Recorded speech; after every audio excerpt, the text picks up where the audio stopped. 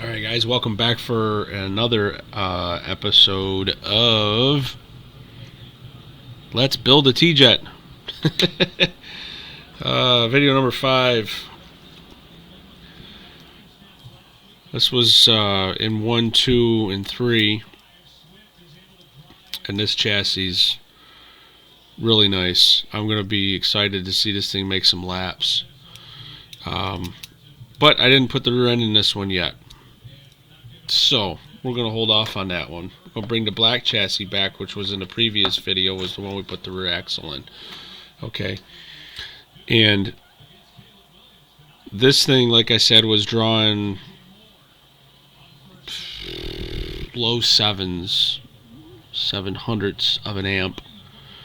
And then I put the titanium axle and the Wizzard 15 crown in there.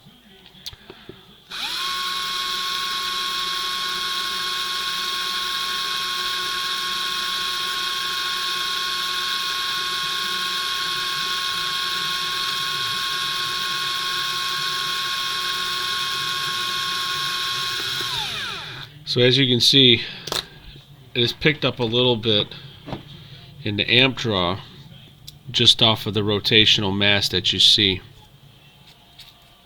to be expected.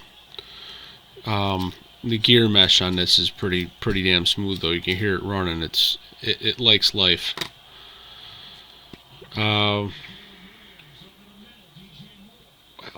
These are brand new in the package. TGT 324 whites, Wizzard whites. Those are going on this car. But what we're going to be putting on now is the What the 50. I feel like I'm opening a bag of pharmaceutical drugs. These cute little plastic bags that he's got now. Now, this front end, as I said, it's the first time I've literally opened one up. The first time I've held one in my hand. I have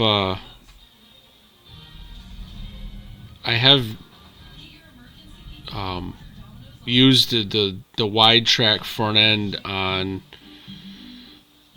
the E-Fray, and I actually really like the front end. The concept that he came up with is pretty interesting. I see what he's doing. I understand it, and I see what he's doing, and wow, that's pretty cool. It's like one unit doesn't float, or does it float? Who the hell knows, right? But yeah, this is the first time I picked this front end up again. I'll say that a few times because I'm pretty impressed so far with it. I had a couple friends of mine. One of them called me up today, rapped with me a little bit about some stuff, and asked if I had tried the new wide track front end, and I says no, not currently. I have 3 of them here, or 2 of them here, going on these builds. And he was like, yeah, they're pretty impressive. He put one on his car and broke his track record with it by a couple tenths. So that's pretty wild. It's good to hear. I like it. I like the results like that. So we're gonna go ahead and press forward and make this front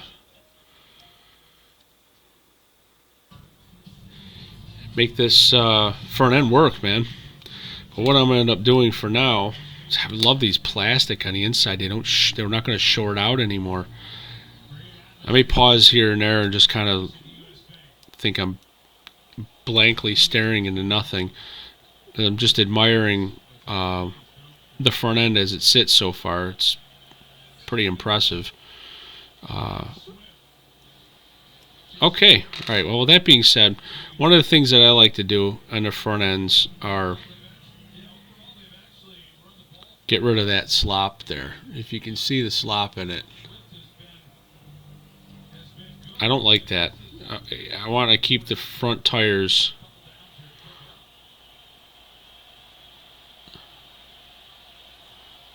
get up into there. There we go. See that? I like to peen.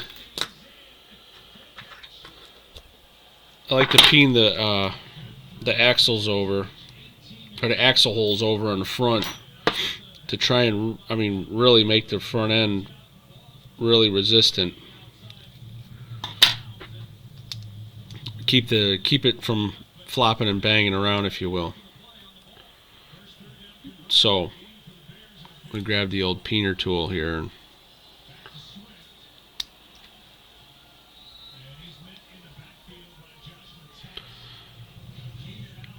and give it a good squisher.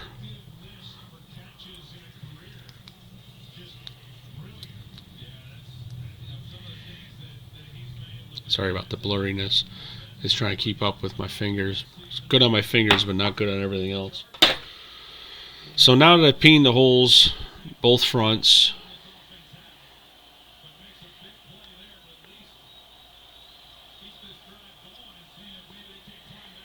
now the front axle is pretty much solid. Okay.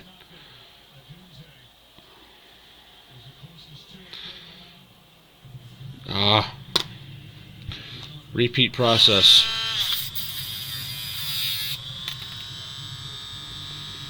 Same as the rear axles.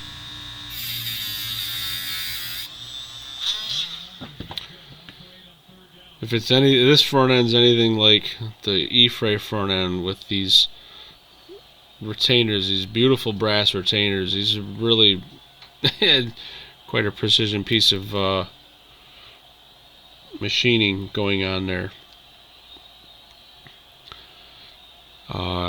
I actually need to order some because I botched up my one on my E-frame. I'll show you.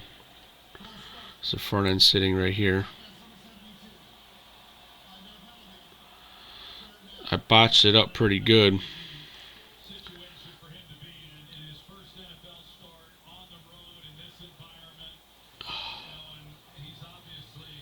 If you can see it, if it can come into focus.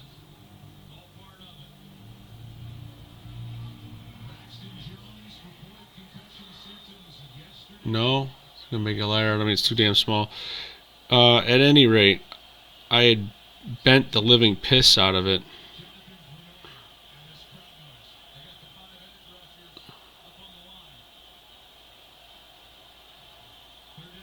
There we go. See how it's bent?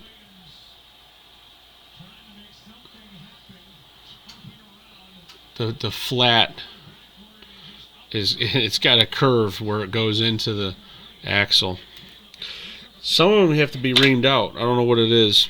I pressed the first one on. I was told you didn't have to do it on all of them. I pressed the first one on and it was fine, and I went to press the second one on to finish the installation. It was it had bent the stupid thing.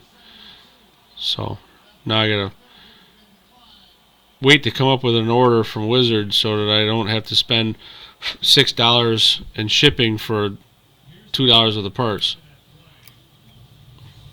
Always exciting.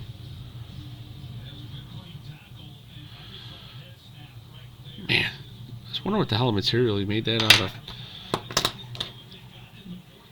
Super secret unobtainium.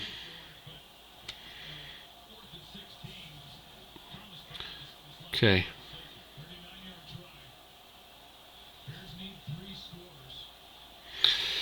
Alrighty. This is what we're going to do.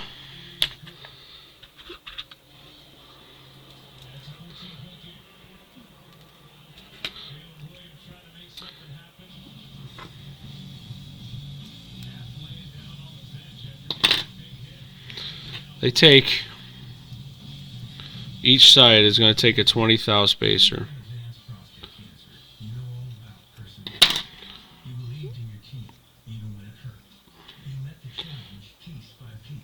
As I've been told, it's going to take a 20 thou spacer.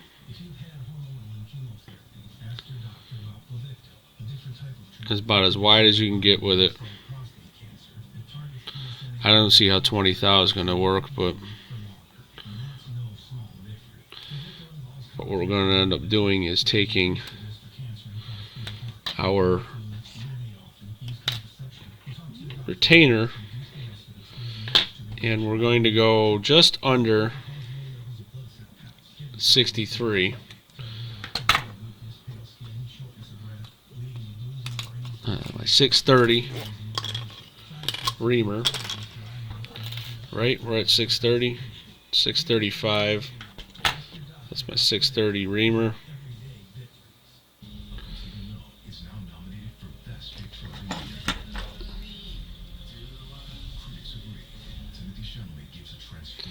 And we're going to ream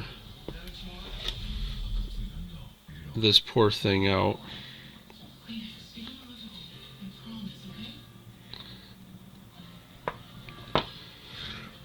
Alright, because I can't hold on to it with my fingers and get into that brass, so we're going to break out with the special power tools.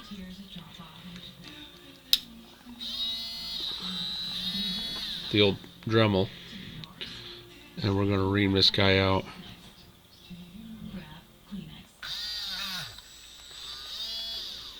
Just like that.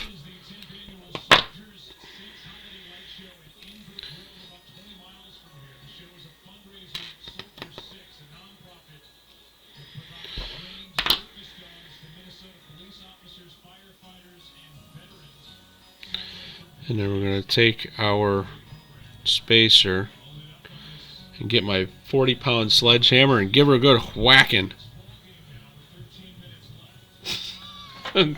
Give her a good whacking.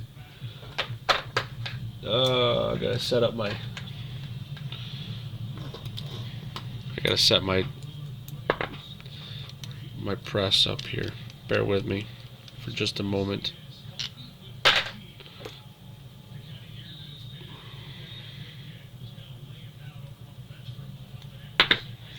Okay.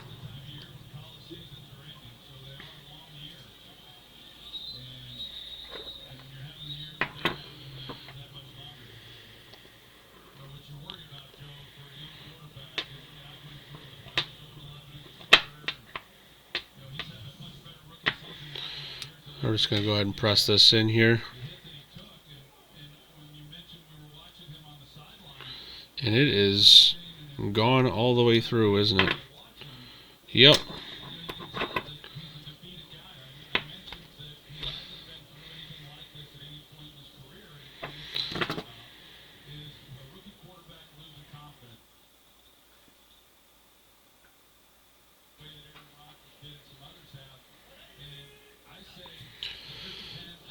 I don't know. I think this 20 is too much, to be honest with you. I was told 20 thou. I'll bet you the 15 is going to be the 15 is going to be the magic number.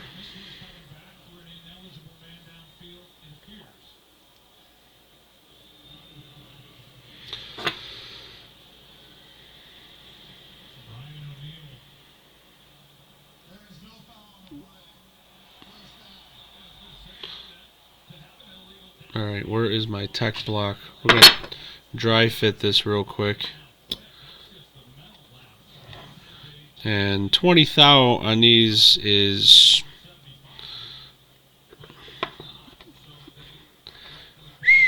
Man, that's tight. That's tight. I mean, it'll do it, but that's tight. So what I'm going to do is go to 18. I don't like the 20. 20's too much. At least on that chassis, 20's too much. And I think these 18s are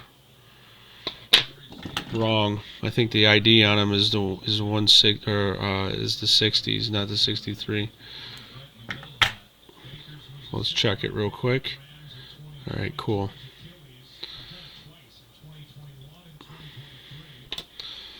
There's an 18 there on that side.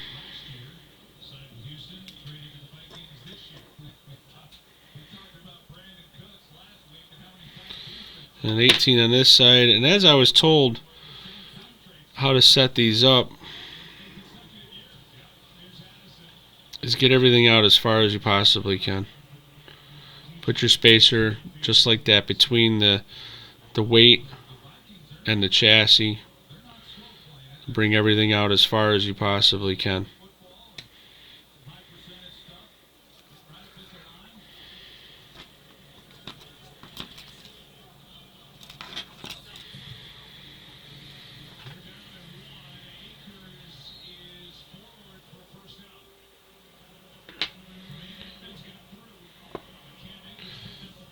Oh, I gotta change out my press.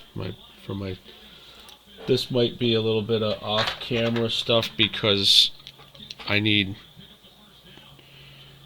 two hands and doing this in a fashion that I can't really.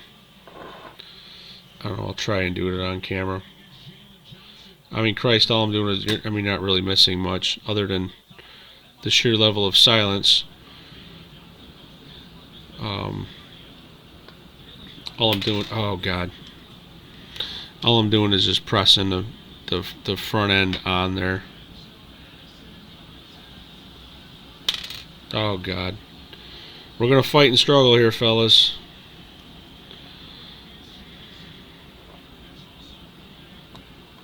Okay.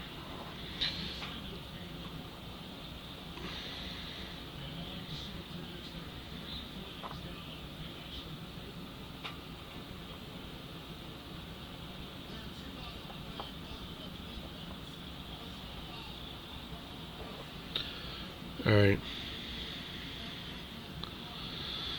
I just gotta hopefully get this set right.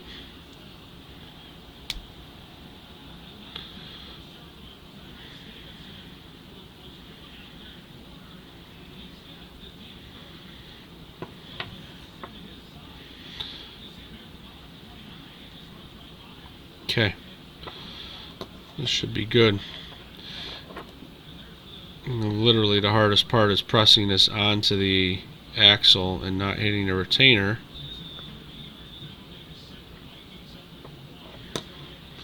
In case if you didn't notice, like, hey, he didn't ream that one out. Nope, I sure as hell didn't.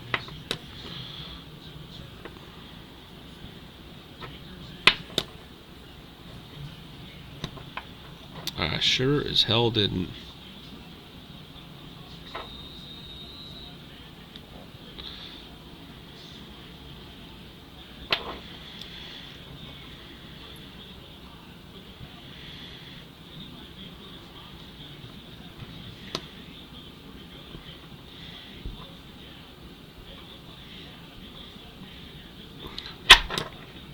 Oh God, that hurts. That little thing is so tight.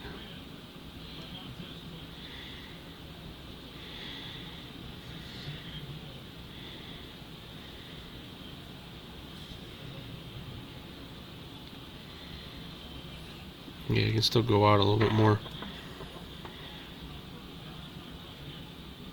Okay.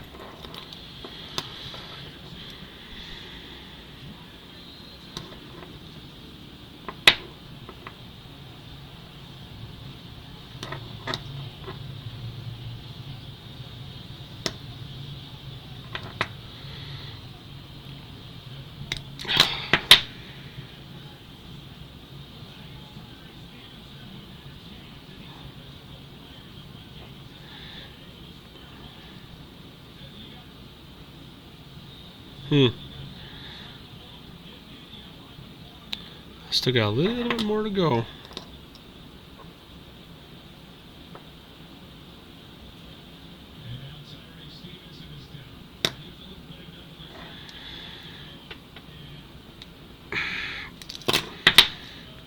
Ooh, man, it hurt.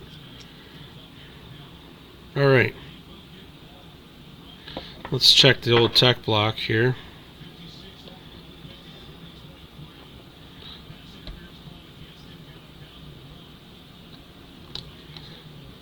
Yeah, I still got to push that axle through more.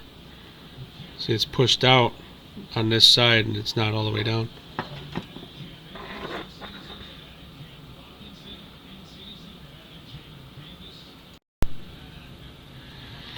Just get this a little bit more. Oops, sorry. Should be able to get this down where it needs to be. Okay. Hopefully this will go through now, and it does. I gotta get this. The one side that I reamed has got a little bit of give to it, thankfully.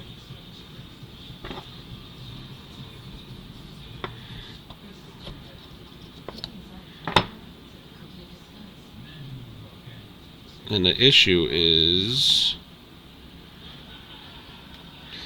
it's a 306 for an end. So we got 306, should be 306 when it's all said and done. And one of the things I've noticed that you have to do with any front end is make sure that it rolls smoothly. It's an independent front end, not a set of brakes. And if I'm spinning my finger on there, you can see that wheel ain't moving at all. I got to put a lot of pressure on it to get it to move.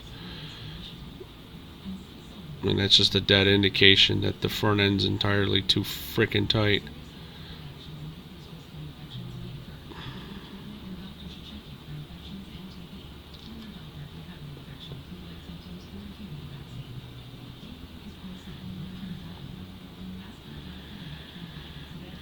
Add oil to it, it'll free it up. You're right. Not gonna lie, you're right.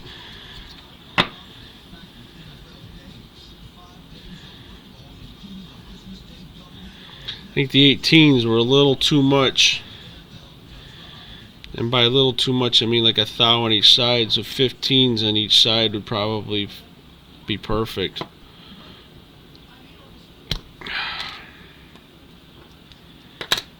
So apart it comes. I'm going to take the 18s off.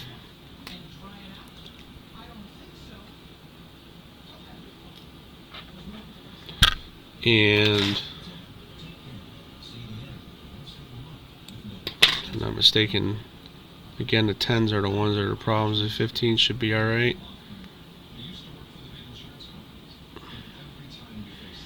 No.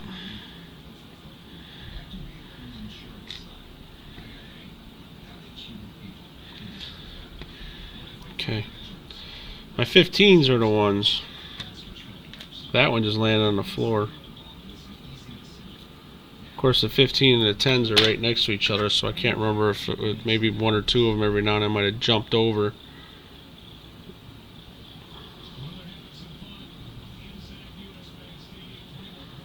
It's 15.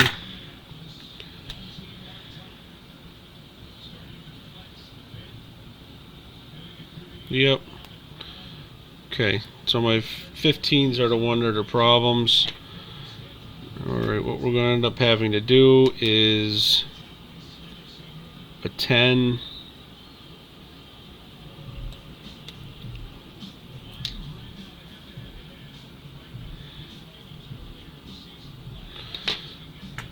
So we're going to use two of the nylon, or one of nylon on each side. I'm going to put a nylon and a, which is 10.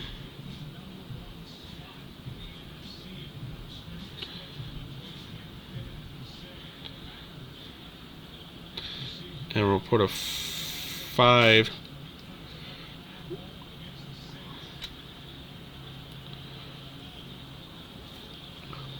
in there to give me my 15.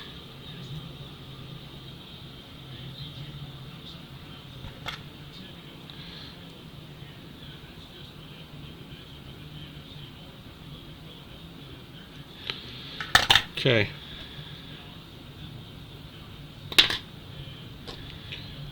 Pop that front end in there like that.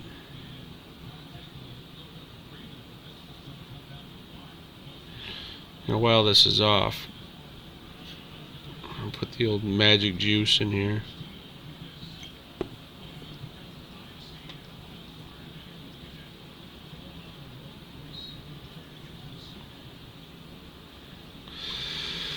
And mimic it on the other side.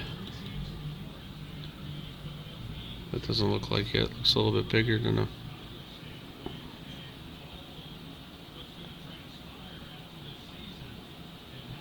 It's a 15. That one jumped over into the 5s, wanted to play around. Make some... Maybe make 7.5s, I don't know.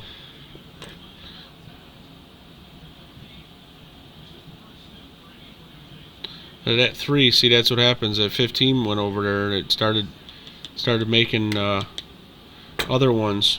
Like that one got up to 2.5 or 3. I think this is probably another 3. Yep.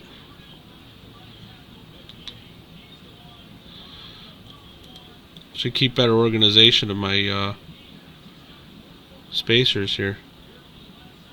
There we go. There's a 5er.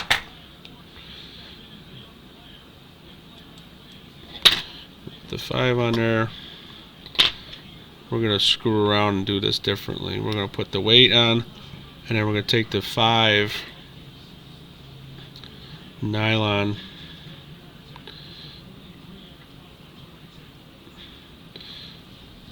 put a little Earl on it.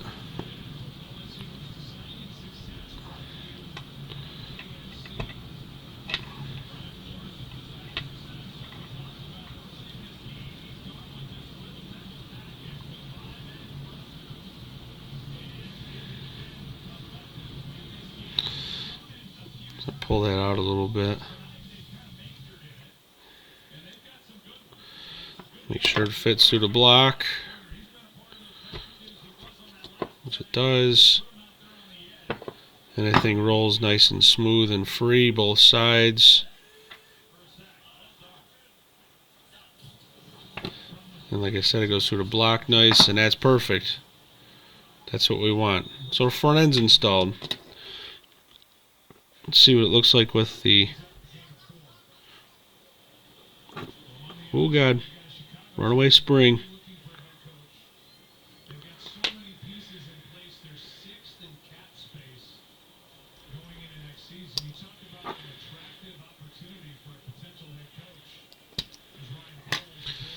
And those weights aren't anywhere near the shoes. So that's cool. Good stuff. Alright. Front end's on. That took another half an hour. Amazes you how much time you spend. A half hour here, half hour there, half hour here. You know, little tweaks and such like that every now and then. And it just, all that adds up. Just keeps adding up, man. From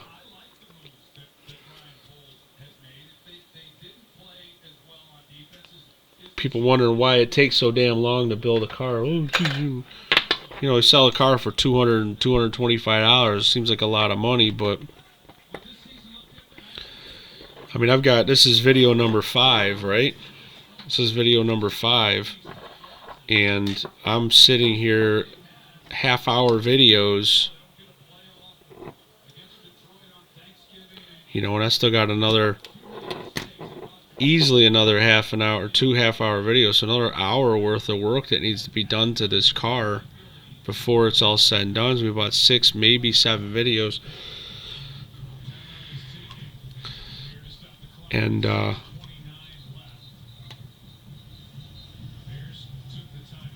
you spend how much time on the car? 5, you know, 4 or 5 hours, 3, 4 hours. Shit, I've worked on a car once. I spent a good 6, 7 hours on it just trying to get this stupid motor plate right. You know, and you sell the car for $200, $225.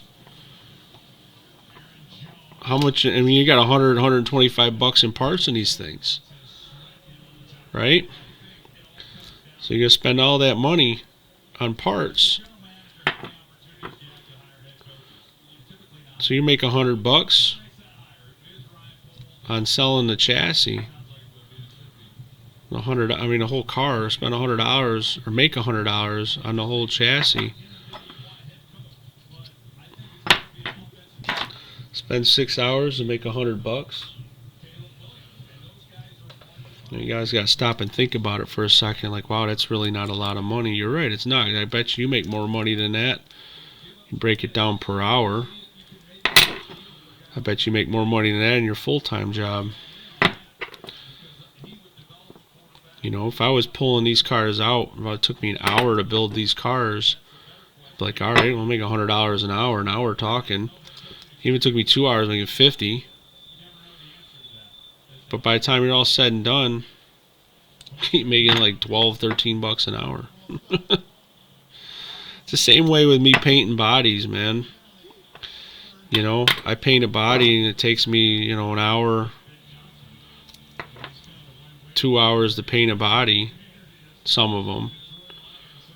I'll spend 2 hours painting a body for 20 bucks. I'll make $10 an hour.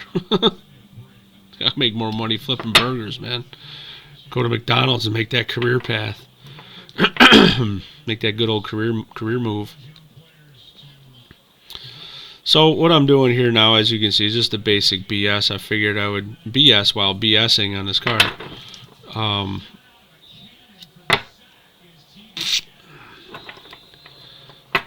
It's catching on that. I'm catching a tire on this side and catching a wheel or the axle on the other side. Kind of annoying. There we go. This can come out a little bit. I'm accepting donations for the Scale Engineering tire installer tool kit, all the anvils and everything.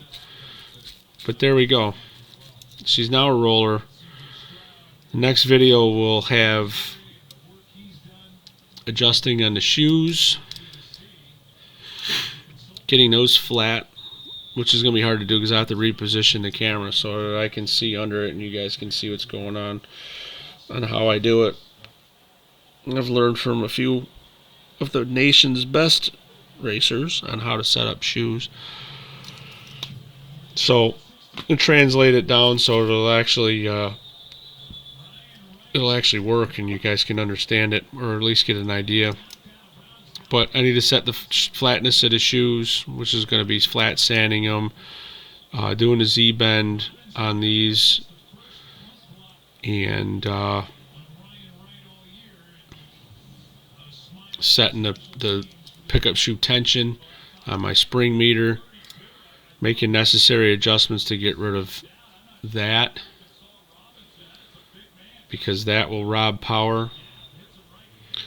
And I've been told, well, the spring's pushing down on the back, so you shouldn't need to mess with the back. But when you put a car on a dyno and you push down on the shoes and it picks up RPM and not mile per hour, but it picks up everything. Yeah, so you're going to want to take that and do something about those, and I'll explain that in the next video. So as for now, I mean, we've made some pretty good progress on this little hot rod. Next, like I said, going to be the shoes and putting it on the track. So there it sits, man, in all its glory. Oh, let's check this out by putting the extra weight on the back. Let's see what it looks like on the amp meter.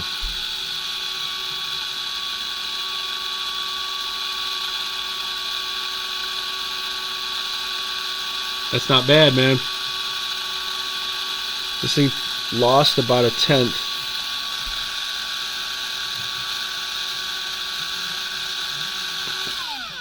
It lost about a tenth by adding more rotational mass, being the gear, the axle, and the tires, wheels and tires. Now, mind you, the axle, yes, it's titanium, so don't think it's the reason why. Even if you had a tungsten back there, there's so much there's so minimal amount of rotational mass being stuck in the middle of your center point of your rotation that you could have a ton of weight there. Well, a ton of weight will obviously slow you down, but the amount that you're going to gain from a tungsten or lose from a tungsten versus a titanium versus a stainless, I think is negligible. It's more weight off of the guide pin, more tail weight in the back, keep the tires planted, and obviously to fishtail it too, by putting a heavier axle back there than a rotational mass thing. To be honest with you, that's my opinion. Is there a difference? Can you notice a difference between the three axles? I noticed a difference between the titanium and the tungsten, but if I went from the titanium to the stainless and then to the tungsten, it's too minimal of a step up, if you will. It's like going from 1 pound to 2.5 pounds to 5 pounds. You eventually, by the time when you start out at the 1 pound and then you go to the 5, you're like, oh, all right, that's not that bad. But if you go directly from the 1 to the 5, you're like, oh, okay, I can feel the difference. Doing a bunch of reps, if you're at the gym or whatever, do a bunch of reps and you're doing 1 pound, is okay, fine. Do 2.5 pounds, like, okay, it's a little bit of a step up. Then do the 5 pounds, like, oh, okay, all right, that's a little bit of a step up. But you don't really notice that much of a difference by the time you get to the 5 pounds. That's my feeling and my opinions on going from titanium to the tungsten. I don't notice it that much going between the three, but one to the other, the titanium to the tungsten, yes, I notice a little bit of a difference, but it depends upon the car, the track, the tires, the magnets, the chassis. You add all that crap in, and that's, you know what I mean? Once you put all that into accommodation, that's when you start noticing stuff, and it's why you have multiple cars for different tracks, because no two cars and no two tracks are going to be the same. With that being said, I don't even know what the hell this car is going to go on to. We'll find out when I put it on the track, if it's a short track car, big track car, a technical track car. Once I get it on track, and then I'll determine it, and you can set it up, between shoe tension and travel. You can set it up that way and make it whatever you want. So, until the next video, we'll talk to y'all later.